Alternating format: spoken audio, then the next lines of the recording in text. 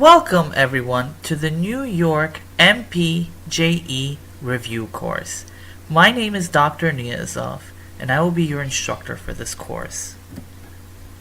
Our objectives today are to understand the MPJE process, review MPJE competency areas, understand laws related to pharmacy practice relevant to New York, and to help you pass your New York MPJE exam and get you licensed in New York State.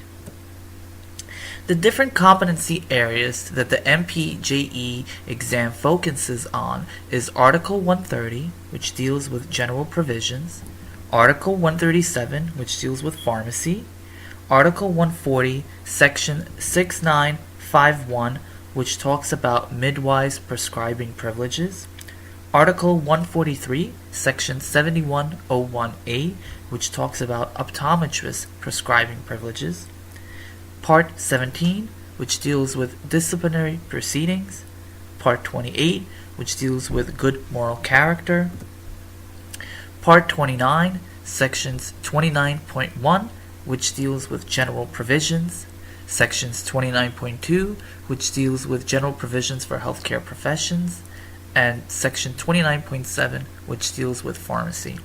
Additionally, Part 59, which deals with general provisions, Part 63, which deals with pharmacy, Part 66, which deals with optometry, Part 79.5, which deals with midwifery, Part 80, which deals with controlled substances, Part 94, which deals with physician's assistant, Part 405.17, which deals with pharmacy services in a hospital, .18, which deals with pharmacy services in a nursing home, and Part 910 or 910, which deals with official New York State prescription forms.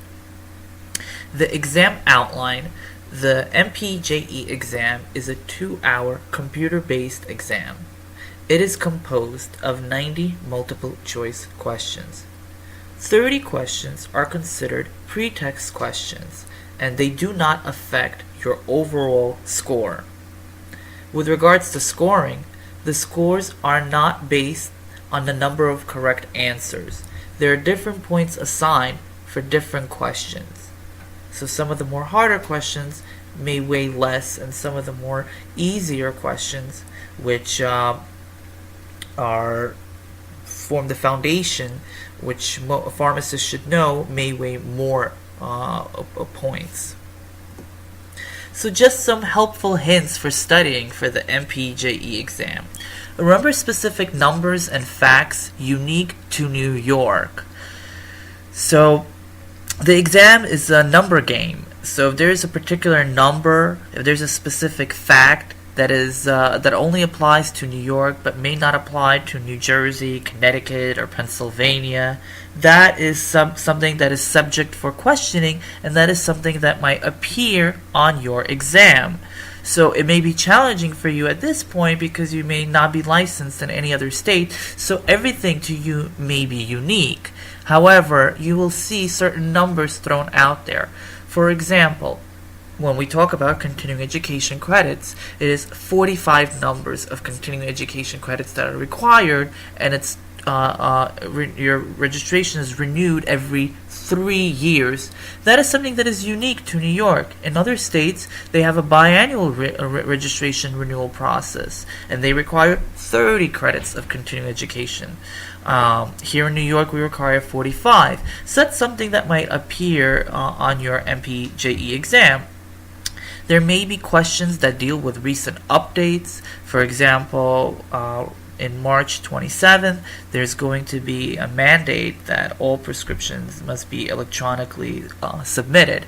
So you may see questions about that because that's something that's recent, and depending on when you're listening to this, it's either will take place pretty soon or has already taken place.